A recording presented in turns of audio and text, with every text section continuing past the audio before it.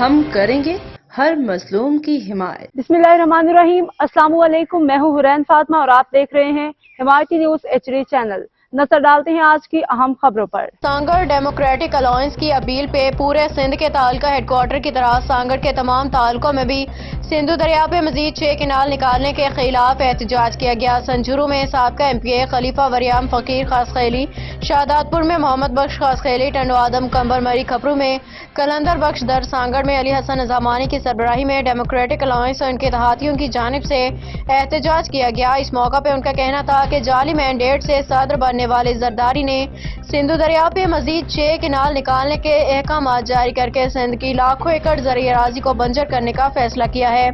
سمندر پہلے ہی لاکھوں ایکڑ زمین اپنے آپ میں سما چکا ہے، ہم کسی بھی صورت میں اپنا معاشی قتل ہونے نہیں دیں گے۔ اب تک کے لیے اتنا ہی۔ مزید خبروں اور اپڈیٹ سے باخبر رہنے کے لیے دیکھتے رہیں حمایتی نیوز HD چینل۔